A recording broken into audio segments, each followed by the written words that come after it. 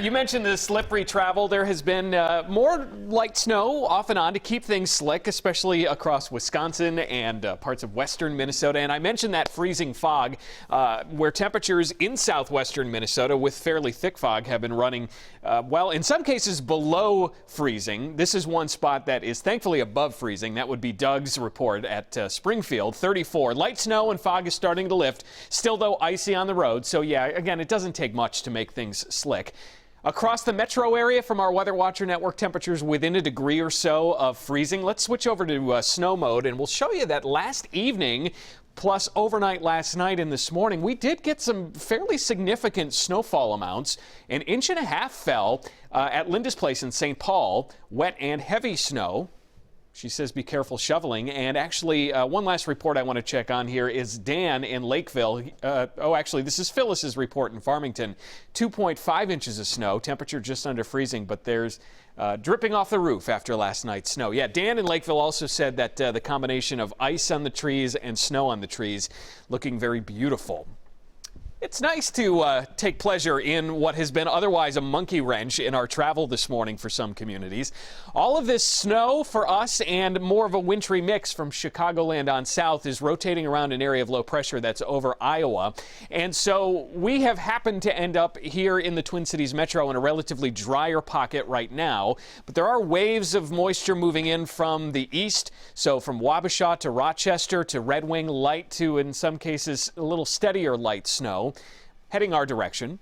Same thing across southern parts of Lake Superior and parts of the North Shore from Duluth down toward Cloquet. Some light snow, a little steadier snow around Fergus Falls right now, headed toward Fargo. And those are the areas generally east and west of the Twin Cities that we will have the better chance for steady snow through the afternoon and evening.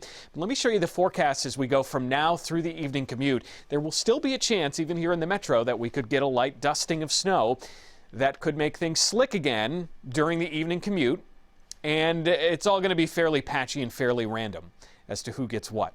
All right, let's talk about how much snow on average we're expecting. A few tenths of an inch possible from Mankato in the Minnesota River Valley up to St. Cloud in the Twin Cities. Again, you head a little farther north and east toward the South Shore, Hayward, Rice Lake, maybe closer to an inch. Same thing in Hinckley, Duluth to Grand Marais, right along the North Shore, more snow.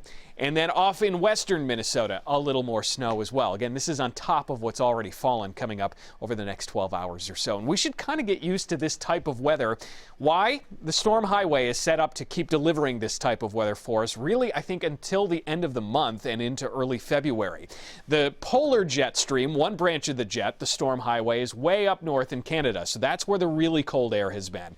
The southern branch of the jet has been wavy and has been locked into this pattern for the past couple of days and will stay that way. And what does that mean? That means we're going to have a semi-permanent area of low pressure across the southern Great Lakes, the central Mississippi Valley, and that's going to keep clouds locked in for most of the next week plus. It will keep us unsettled, although not directly being hit by any significant storms. And so I'm just going to sort of call this sort of tongue-in-cheek endless cloud cover, because while there will be a few brighter spots in our extended forecast, there's a better chance than not that we'll have cloud cover really again until February, which sounds ridiculous when you say it, but hey, at least it's the 23rd of January.